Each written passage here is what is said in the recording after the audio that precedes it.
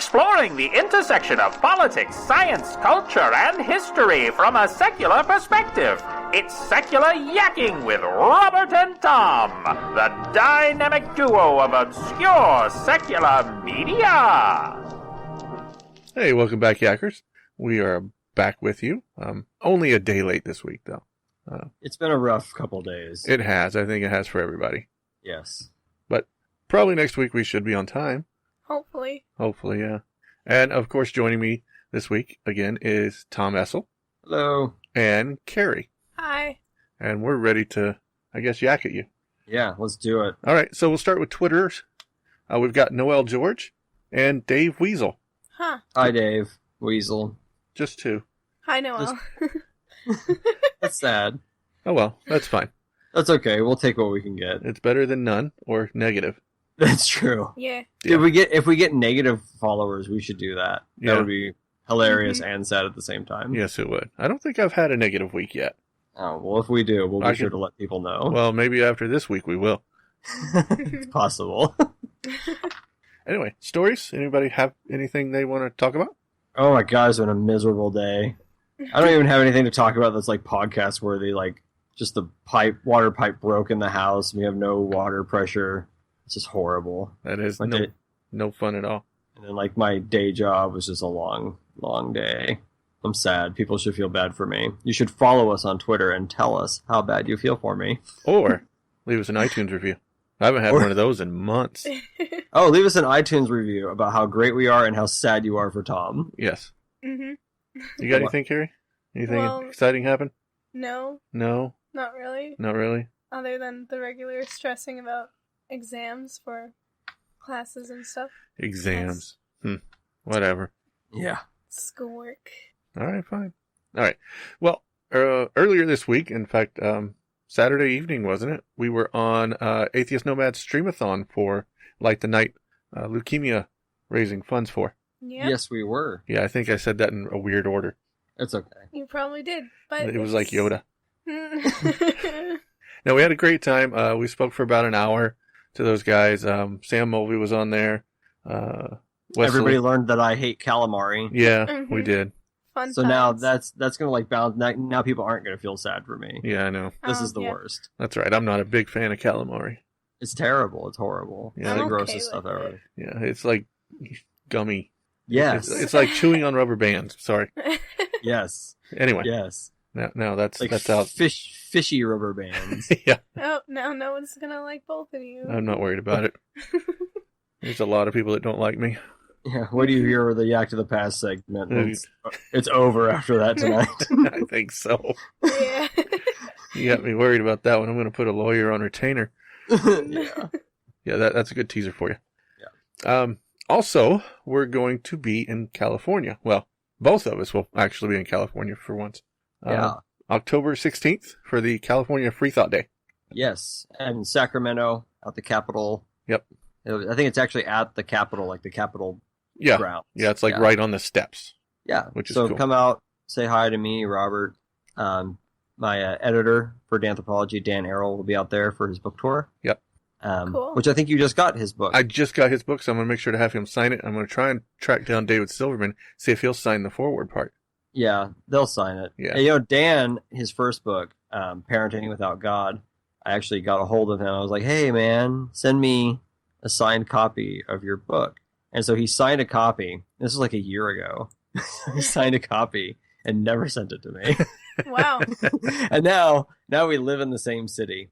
And so I'm going to have to track down my signed free copy of Parenting Without God. Well, there you go. Yeah. Cool. So I guess we'll get into some news. All right. Kentucky governor signs prayer proclamation. Normally this isn't... Okay, it's always a big deal when they do this. Yeah. Right. Indeed. But this one's particularly egregious to me. Governor Matt Bevin has signed a proclamation declaring September 28th a day of prayer over students across Kentucky. What? Yeah. Ugh. Really? A statement released by the Office of State Representative Regina Bunch says the Williamsburg Republican has been trying for years to get the proclamation signed. Bevin is the first governor to do so.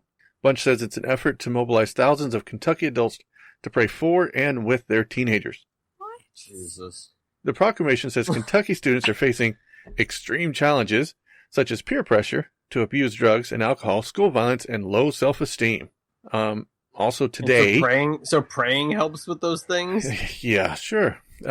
Also today, September 28th, was See You at the Flag Day. I'm just going to cut it. Sorry, I'm just going to cut in right here. I'm going to say, like, if my parents wanted to pray over me, that would be, like, my motivation to abuse drugs and alcohol. Yeah, I was like, that would, it would have like, the opposite really... effect. Well, that's just another thing. And, like, Christianity, I think, breeds self-esteem issues. I mean, it tells you you're broken, and the only way to be well is to take Christ into your heart, right? Uh-huh. That's the basic concept, right? Yep. Yeah, I'd rather take the alcohol anyway. Yeah, a bit better.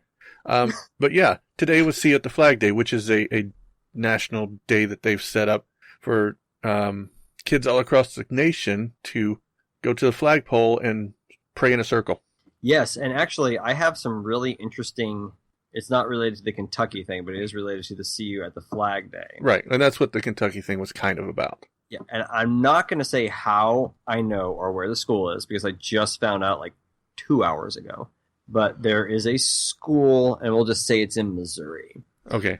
And I found out that the school essentially bribed the kids to go to See You at the Flag Day. Really? Seriously. They gave them a treat if they went. Well, that's just, they can't do that.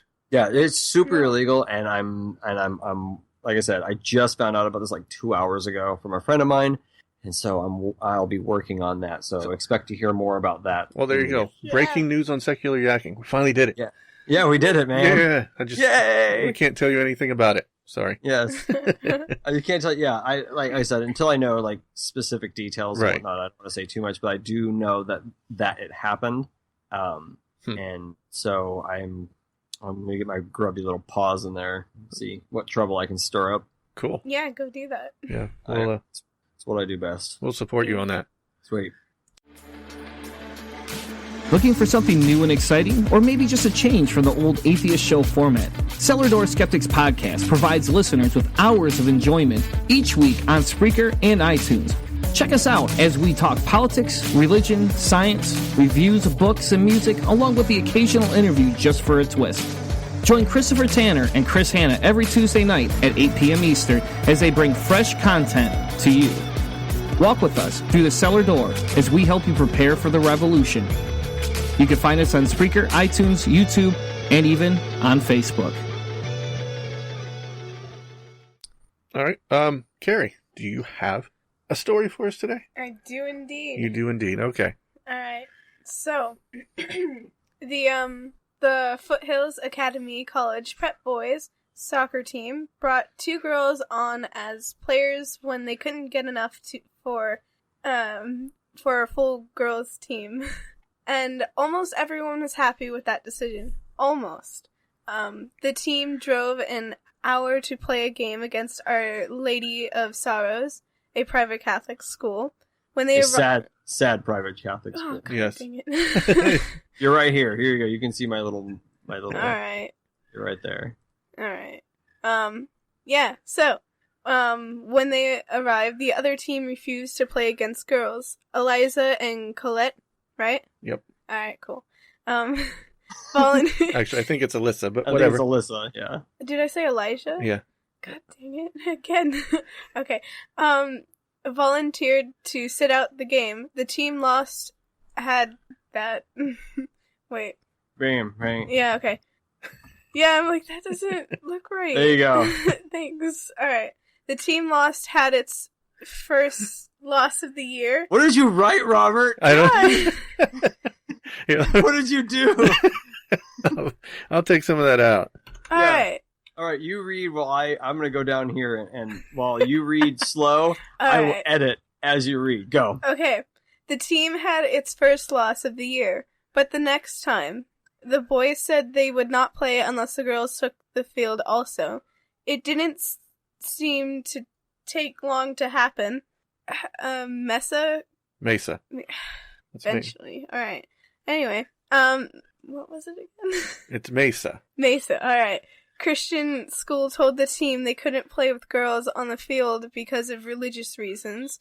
The team decided to sit out with the girls. Mm-hmm. So what's going on here? You get what's going on? Yeah. Okay. The Christian school has said that they can't play if there's girls on the field because it's an unfair advantage to the boys' team. Mm-hmm. Yeah, that's what they're saying, and they won't play. I think it's because they don't want to get beat by girls. Yeah. Right. Yeah, That it's seems- very that seems chauvinistic of them. Just a little. Like, oh, we'll take the loss Mm-hmm. for the, like, oh, whatever. Mm-hmm. Right. All right. Then it happened one more time. This against the faith Christian. The Foothills boys and girls stood their ground, and the Christian school forfeited instead of playing the girls. Dick Buckingham, administrative leader of Faith Christian, said it is based on religious perspective that God created guys and girls differently. The difference physically, there is a strength advantage that men have over women. Wow, alright. Alright, we want to teach our men that honor of ladies is just not in sports. We struggle how to teach that if we're allowing them to play against young ladies in a competitive game. Yeah, so what he's saying is that he's not allowing his boys to play against girls because that's unfair, is Yeah. what he's saying. Even though there's 20 other boys on the team, Uh-huh. but still, these girls obviously are pretty good. If they were playing the rest of the year and they suffered the team suffered the first loss when the girls didn't play, Mm-hmm. that's got to say something about these girls, Yeah. right? I'm kind of curious about this sentence here. So he says, we want to teach our men that honor of ladies is just not in sports. Right. Someone translate that for me. I'm not 'cause sure. That literally makes no sense. This is a direct quote, so maybe you should ask I know him. it. I know it's just copied and pasted from but I mean, it doesn't make any sense. Did he meant to add the after that honor? Like that the honor of ladies is just- not in sports. Yeah, that sounds right. That It's the just honor not of in ladies sports. is Yeah. just not in sports. Maybe that's a typo from the Reporter? reporter. It's got to be. Yeah, It should be not just in sports. I hope he knows how to speak. Maybe. Oh, because I was reading it as, yeah. Okay, that makes more sense if you swap not and just. Okay, Right. I'm with you now. Oh. All Okay. right, we can move on. Okay. Alright. Then So, this does end on a good note. Their mother, Noelle AV said this innocent has... incident. God, Seriously? I'm sorry. Slow down, All right. You're good. Alright. This incident has brought our Foothills team together even more and made it even stronger. This team has shown they respect female athletes and don't discriminate against them. Good for them. Yeah. Yeah. Yeah, I read this story earlier this week, a couple days ago. Yeah. And I was just stunned. Like, wow. Like, just wow. Like, just the chauvinism of it. Yeah. It's- Oh, we'll accept the loss so that we can honor you weaker ladies. Yeah. Like, Yeah. are you kidding me? Like, if I was one of these girls, I'd be like, no, I want to come out here and kick your ass at this game. Yeah, Mhm. exactly. I know so many of my friends who play sports, and they're amazingly good. Well, especially in a sport like soccer, Yeah. right? I Where mean, it's not just, because in general, men have more upper body strength than women, Mhm. right? Just, Right, they do. Yeah. I mean, that's a given. But in soccer, it's all about footwork. Yeah. Men and women have roughly the same when it comes to footwork. Mhm. I don't see what the problem is. Hell, actually, I don't see the problem in any sport. If a girl can compete on the same level, she should be allowed to compete. Mhm. It's just that simple. Well, it's fragile male ego Yeah, that's what it That's is. true. combined with this kind of faux, chivalry nonsense. Like, gross. Yeah, it just frustrates me that they won't even play against a girl. And I'm telling you, it's because they're afraid to get beat by a girl. That's what it is. There was somewhere, I think it was on Friendly Atheist blog, that said if I was a school around there, I'd make sure there was a girl on every on my team, Absolutely. Mhm. every single team, so that these people would just keep forfeiting. Right. Well, Yeah. this isn't the first time, like Our Lady of Sorrows, the first team, it's not the first time they did it. They did it in a championship game for baseball a few years ago. They Yeah, literally gave up the championship instead of playing against a girl. Whatever. That's Sad. You stick to your principles, but that's stupid. It's very sad. Mm-hmm. Speaking of sad and gross. Oh, yeah. Presidential candidate Trump has created a Catholic advisory committee that's about as anti-gay as you can get. Yeah. Yep. Kansas Governor Sam Brownback and 4 sitting members of Congress, Representatives Andrew Harris, Steve Chabot, Mike Kelly, and Sean Duffy, all with some of the worst records on their stance on LGBT issues, are on this committee. I think it's something like 33 members. Okay. Right. But by far the worst appointment has to be our good friend Rick Santorum, who has a Potter Award, by the way. That doesn't surprise me. Yeah. Who once said the LGBTQ community declared a jihad against him and compared same-sex relationships to bestiality, incest, and pedophilia. Seriously. He actually said that. What? Yeah, people really think that. Yeah. Yeah, especially, Mr. Persecuted Super Catholic. Yeah. Yeah. According to Trump, he said this: religious liberty is enshrined. No, I'm talking like Carrie now. Sorry. It must be genetic. That was brutal. Yeah. Okay. Religious liberty is enshrined in the First Amendment to the Constitution. It is our first liberty and provides the most important protection in that it protects our right of conscience. Activist judges and executive orders issued by presidents who have no regard for the Constitution have put these protections in jeopardy. If I am elected president and Congress passes the First Amendment Defense Act, I will sign it to protect deeply held religious beliefs of Catholics and the beliefs of Americans of all faiths. Huh. So this is interesting. The First Amendment Defense Act is really just Freedom to Persecute Act. Yeah. It's Freedom to Discriminate Act. Yeah, it'll get struck down by the courts if it ever goes through. But yeah, I love these lines like activist judges and executive orders. I have a funny thing about the Santorum thing. Yeah. So, and avert your virgin ears. Okay. Let's just say, if you just Google, so Rick Santorum, because of his anti-LGBT stance, kind of has his own slang in the gay kind of community. Yeah, he does. So I actively encourage everyone listening to Google Santorum gay slang. Yes. and I'll just leave it at that. So, when we were talking about this in the car, because Amy and I went back to talking in the car quite a bit, I was like, I would love to tell you what Santorum means, but I can't because the kids are in the car. And I showed her yesterday, and she was just like, what? No. It's pretty funny. No. Definitely Google it and look it up. Santorum. Yeah, because I don't even think I can say it on this show without bleeping it. It's pretty gross. It is. All right. Speaking of gross things. Great Scott! Marty, we have to go yak to the past. That's right. Makes me laugh every time. I love it. Probably one of the best things I've done in a long time. Yeah, that was really good. That was like, when you first sent that little clip to me, I think it was in my car on my way to work. And man, and I had like my phone plugged in, so it like went over the speakers in my car. It was hilarious. Nice. Yeah, that's good. I was in tears, man. It was great. All right, so as you guys will probably recall from my last Yak to the Past segment, I don't think that the historicity of Jesus is an appropriate topic for historians to tackle. And I covered those reasons in the other segment. You can look it up. I also think, also stated that I think it's reasonable to assume that a historical Jesus did exist for a number of reasons, not the least of which is that we know religious cults that formed around Messiah figures were quite common in first century Judea. So it's not unreasonable to assume that's how Christianity got its start, as a sort of branch Davidian-like cult that was transformed after its initial failure. And as promised at the end of that, I said that I would talk about Dr. Richard Carrier, who's quite famous for his Jesus never existed stance. So there are plenty of people who think that a historical Jesus did not exist, and their Messiah is Dr. Richard Carrier. You're welcome. So Carrier has written 2 books that cover the topic of the historical Jesus. The first is called Proving History, where Carrier proposes that we use his Bayes' theorem to evaluate history.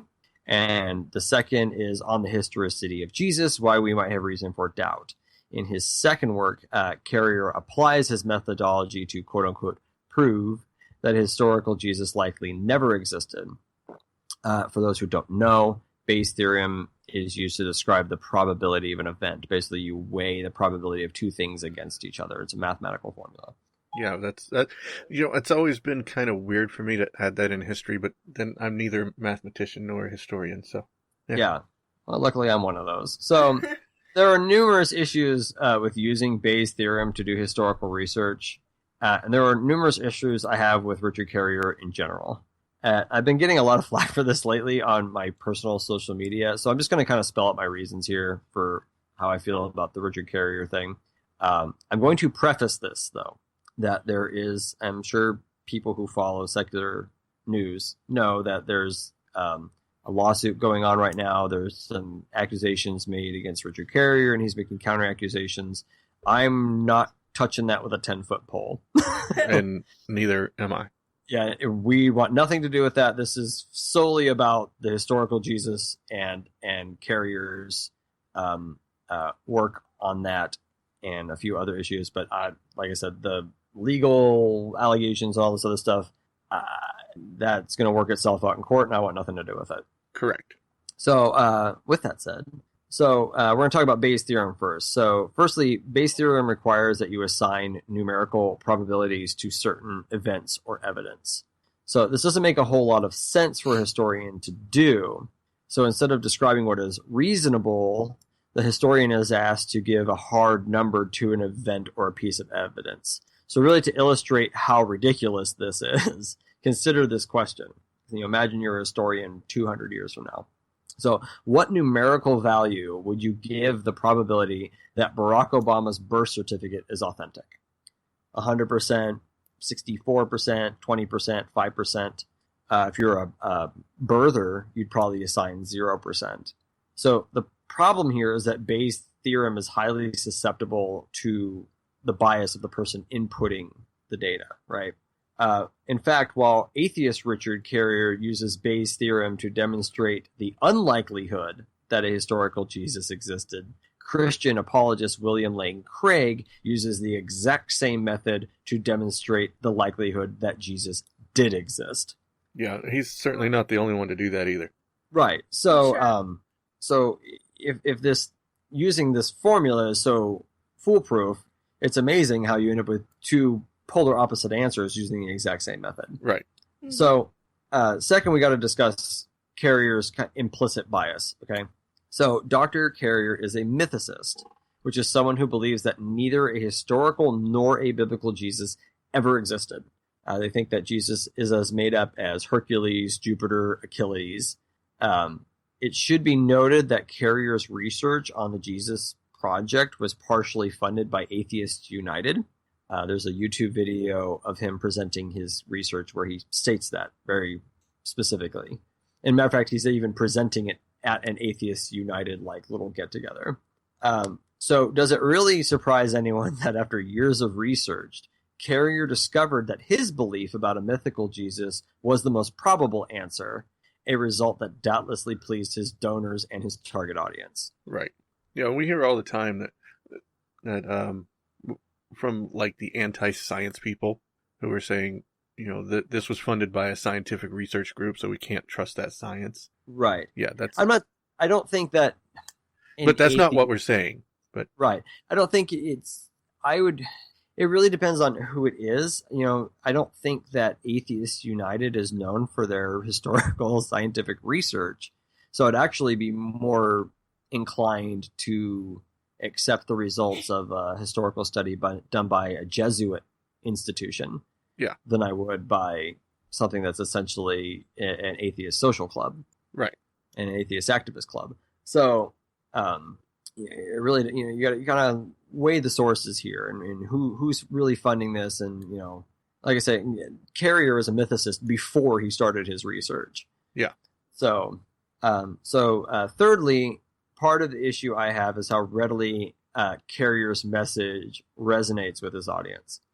When I was doing the research for this, I came across a blog post on Patheos by Aaron Raw, who I'm sure people are familiar with, from September of last year. And I think that it really kind of illustrates this point really well. So I'm not really picking on Aaron Raw specifically, but using his words to illustrate a larger problem. So In it, Aaron Ra writes, quote, "I've shared a stage with Dr. Carrier a few times, and on most occasions his presentations were the ones that had the most meat on them as far as what I heard that resonated with me." So he's, in this sentence right here, you can hear that it's just the amount of evidence, not necessarily that it's valid. Right. He adds later, "Given the information that he and other mythicists provide, I have to wonder how the hell does anyone believe in Jesus after having read the fables, much less if they've ever done any extra biblical research after that." So if you listen closely to what Aaron Ra is saying, you'll notice that he believes Carrier's conclusions are true because he wants them to be true. Right. So this, in my opinion, is indicative of an atheist bias against religion, Christianity in this case. So again, Aaron Ra is demonstrating my larger point, and demonstrates my larger point by writing, quote, "The mythicists' arguments are that Jesus was never any more real than Prometheus or Hercules or Odin or Horus. This seems reasonable," catch that word right there, "given that we have much stronger arguments to prove that there was never any Moses or Noah or Adam and Eve either, and that all of it is completely made up." So that's quite the leap of logic and reasoning there, to declare that everything in the Bible is entirely made up, so therefore this must also be made up. Well, we also know that not everything in the Bible is entirely made up. Right. Which is right. So especially when you consider there are actual events and actual people described in the Bible. When I did the original part 1 of this segment, I talked about the Cylinder of Cyrus, right, and how that corroborates the story of the Babylonian exile. And there are other things in there as well. You can look it up. So the Bible, like, to declare that Jesus, who exists in a very specific time period, is the same as these kind of characters like Moses who do not exist in a specific time period. Right. It's not quite the same thing you're comparing there. Okay. So, yeah, are you with me on that? Yeah, okay, I think I got you. So I think that leap is one far too many atheists are quite ready to make, but because it confirms their belief in prejudices. They want Christianity to not be true. Right. And what could make it more not true than Jesus never existing? Yeah, I mean, I certainly see that point, and was somewhat looking into that at not too distant past. Mm-hmm. You know, I didn't do that much research into it because honestly, I don't care if he existed or not. Right. Because that's not important to what I do. Well, I do care. I care, Robert. Okay. All right, fine. You care. I care. All right. So to be clear, I don't want to specifically pick on Aaron Ra. One of the things historians are trained to do is read between the lines, so to speak, and decipher what people are really saying and what people are really thinking in written documents like Aaron Ra's blog post or, Richard Carrier's talks and things like that. So you dig into what's really going on here. And I think what he's saying demonstrates what a lot of atheists are thinking. And I think what he is saying demonstrates a general bias that many atheists have, which is why they're so willing and so quick to swallow Carrier's work without really giving it much thought.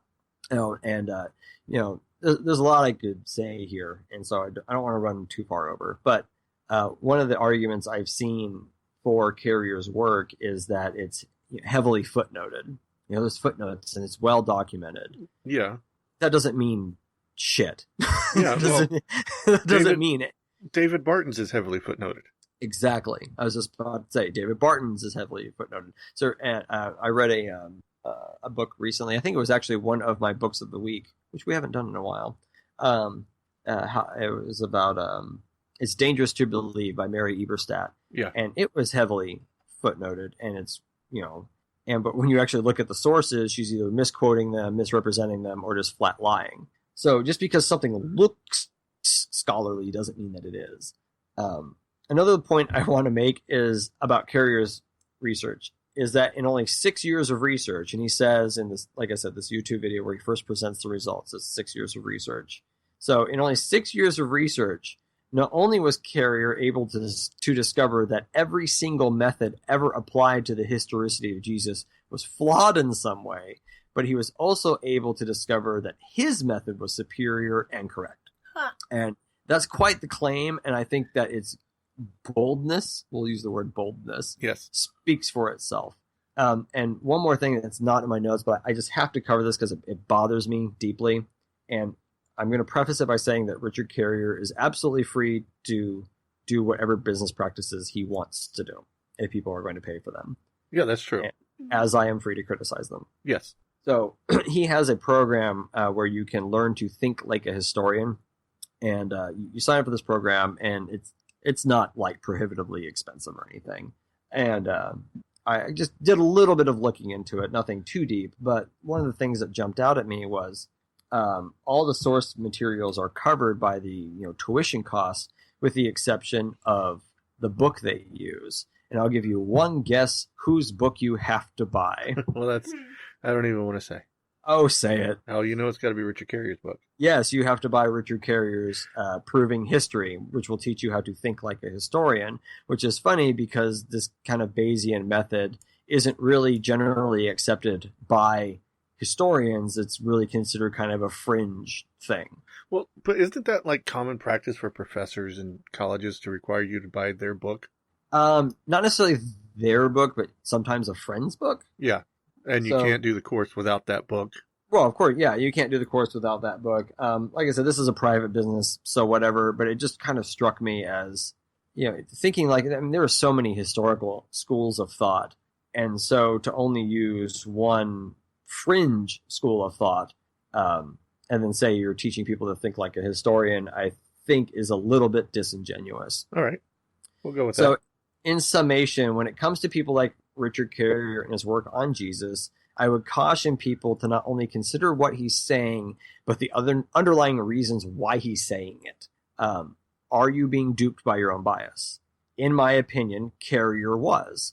I don't think he's malicious or that he's lying. I think that he may have forgot the most important rule of historical research, which is to leave your bias at the door. Right. Yeah. I've been kind of following this mythicist, historicity Jesus debate for a while, on and off. Yes. That's been going on for a couple years. I mean, a lot of the major podcasters and bloggers have been involved in it. And, I think there's still enough on both sides to continue the discussion.